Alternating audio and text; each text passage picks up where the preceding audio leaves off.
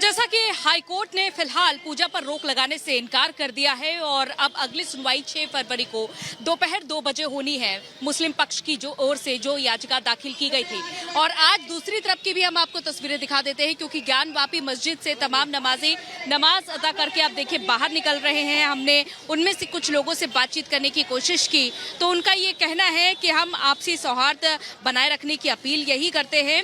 हालांकि विरोध के चलते आज जो मुस्लिम बाहुल्य इलाके थे वहां के बाजार बंद किए गए और फिर भी हम शांति व्यवस्था कायम करने की उम्मीद करते हैं।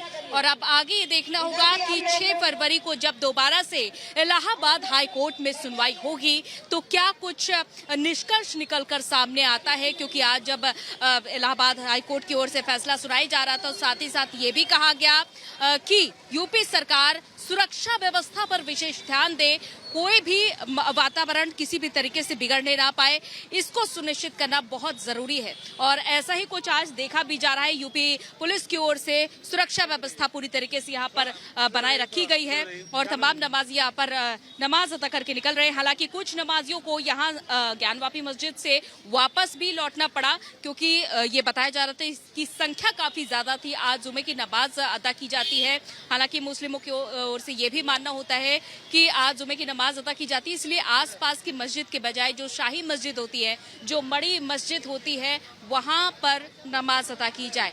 विजय संजीव के साथ अंजलि राजावत, रिपब्लिक भारत। ज्ञानवापी केस पर 24 घंटे के भीतर मुस्लिम पक्ष को बड़ा झटका लगा है, जहां अब हाईकोर्ट की तरफ से कह दिया गया है कि उनकी जो याचिका है वो सुनवाई योग्य नहीं है। यहां तक कि अब ये कहा गया है कि वहां पर पूजा होगी। वाराणसी की तरफ से वाराणसी जिला अदालत ने पहले ये फैसला सुनाया था कि वहां पर पूजा पाठ किया जाएगा, जिसके बाद तहखाने को खोल दिया जाता है, पूजा पाठ शुरू हो जाती है। लेकिन अब मुस्लिम पक्ष ये कह रहा है कि सुप्रीम कोर्ट भी जाएंगे, क्योंकि हाई कोर्ट ने जो फैसला लिया है वो जल्दबाजी में लिया है। देखिए इस खबर में।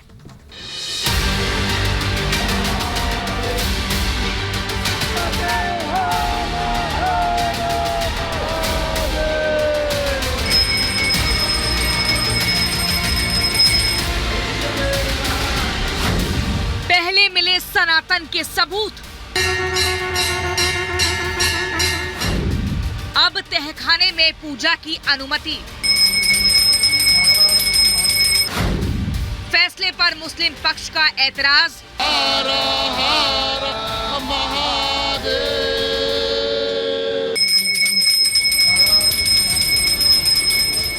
30 साल बाद व्यास तहखाने में फिर से पूजा शुरू हो गई है। एएसआई सर्वे में मिले तमाम साक्ष्यों के बाद वाराणसी कोर्ट ने ज्ञानवापी के तहखाने में पूजा की अनुमति दे दी। कोर्ट के आदेश के बाद 1 फरवरी को आधी रात व्यास के तहखाने में पूजा हुई, जिसमें काशी विश्वनाथ मंदिर के मुख्य पुजारी ओम प्रकाश मिश्रा और कुछ प्रशासनिक अफसर सहित 5 लोग शामिल हुए थे। कि भगवान आदि विश्वेश्वर के पूर्ण स्थापना की प्रक्रिया शुरू हो गई है। अब धीरे धीरे पूरी व्यवस्था सही हो जाएगी। पूजा अर्चना की विधि क्या रही? पूजा अर्चना की वही विधि होगी जो बाबा विश्वनाथ की होती है, उसी विधि से। कल कैसे शुरुआत की गई? इतने सालों बाद, 30 सालों बाद पूजा अर्चना की गई? सारी पूजा अर्चना की गई, भगवान का स्मरण किया गया, ध्यान किया गया, उनकी आरती की गई। ये सारी व्यवस्था पूर्ववत हुई है। गंगा जल से स्नान भी कराया गया। तो गंगा जल शिव के लिए जरूरी है। जब भी अभिषेक होता है गंगा जल से ही होता है। अब रोजाना पूजा अर्चना नियमित रूप से होगा और ढंग से होगा। आम जनता के लिए भी खोल दिया जाएगा, बिल्कुल खोल दिया जाएगा। व्यास परिवार ब्रिटिश काल से पूजा करता रहा है। 1993 में राज्य सरकार की पूजा पर रोक अवैध। पूजा का व्यास परिवार का अधिकार बहाल। विश्वनाथ मंदिर ट्रस्ट तय करेगा पुजारी का नाम। 3 दशक बाद व्यास तहखाने में पूजा से संतों में खुशी की लहर है। स्वामी जितेंद्रानंद ने कहा कि मुस्लिम पक्ष के पूर्वजों से कुछ गलतियां हुई, जिन्हें स्वीकार करके अब उन्हें ज्ञानवापी को छोड़ देना चाहिए। व्यास जी के तहखाने में अर्थात ज्ञानवापी सो कॉल्ड मस्जिद के नीचे के हिस्से में पूजा शुरू हो, इसके बारे में मौखिक आदेश मुलायम सिंह यादव की सरकार के समय 1993 में धमकी देकर के बंद कराई गई थी। कोई भी लिखित आदेश की प्रति उपलब्ध नहीं, ये पूजा कैसे बंद हुई? 1993 तक तहखाने में पूजा पाठ होती रही। सोमनाथ व्यास का परिवार पूजा करता था। मुलायम सरकार के आदेश पर पूजा बंद। 2023 में तहखाने में पूजा की मांग। व्यास परिवार ने दायर की याचिका। 31 जनवरी को पूजा की इजाजत, 1 फरवरी को की गई पूजा शुरू। अंजुमन इंतजामिया कमेटी ने वाराणसी कोर्ट के पूजा के फैसले को एक तरफा बताया और इलाहाबाद हाई कोर्ट में चुनौती देने की बात कही। इस बीच व्यास तहखाने की पूजा के बाद राजनीति गर्मा गई है। इस मुद्दे पर बड़े मुस्लिम संगठनों की दिल्ली में मीटिंग हुई और आगे की रणनीति पर मंथन हुआ। जैसे मुसलमान इस वाक़े से बहुत ही रंज की हालत में हैं, इसी तरह हमारे बहुत से हिंदू भाई, सिख भाई और दूसरे वर्गों के लोग जो इस बात पर यकीन रखते हैं कि हमारा देश मज़हब का गुलदस्ता है, हमें सिर्फ एक मुसलमान की हैसियत से नहीं बल्कि इस मुल्क से मोहब्बत करने वाले एक शहरी की हैसियत से भी हमें इस वाक़े से बहुत रंज पहुंचा है। हिंदू पक्ष व्यास तहखाने में पूजा का अधिकार मिलने को ज्ञानवापी में जीत का पहला पड़ाव मान रहा है। भड़काकर या अफवाह फैलाकर बवाल करने की किसी भी साजिश को नाकाम करने के लिए यूपी पुलिस अलर्ट पर है।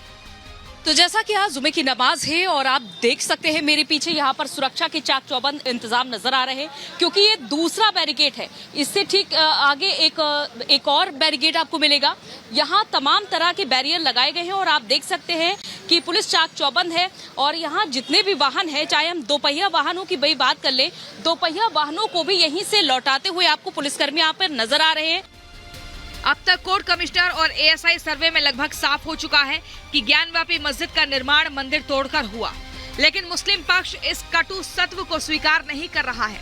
अपने पूर्वजों के झूठ को छिपाने के लिए बार बार अदालत में अर्जियों का सहारा ले रहा है, जिससे कि मामला तारीखों के मकड़जाल में उलझा रहे। Bureau report, Republic Bharat. और इसी बीच एक और बड़ी खबर आपको बता दें जो कि बिहार की सियासत से जुड़ी हुई है। आपको बताएं कि जीतन राम मांझी की तरफ से एक और मंत्री पद की बात यहां पर कही गई है। ये इस वक्त की बड़ी खबर आपको बता दें। यहां सीधे तौर पर कहा जा रहा है कि मंत्रिमंडल का विस्तार होना है और बिहार की सियासत से जुड़ी ये बड़ी खबर है। गृह मंत्री अमित शाह से भी बात करने की बात यहां कही है जीतन राम मांझी की ओर से। ये जिक्र किया गया है कि एक और मंत्री पद उन्हें मिलना चाहिए। निर्दलीय एक विधायक हैं, उनको आप एक मंत्रालय देते रहे हैं, आज भी दिया। और हम 5 विधायक हैं, 4 एमएलए और 1 एमएलसी, तो हमको कम से कम 2 मंत्री जरूर चाहिए।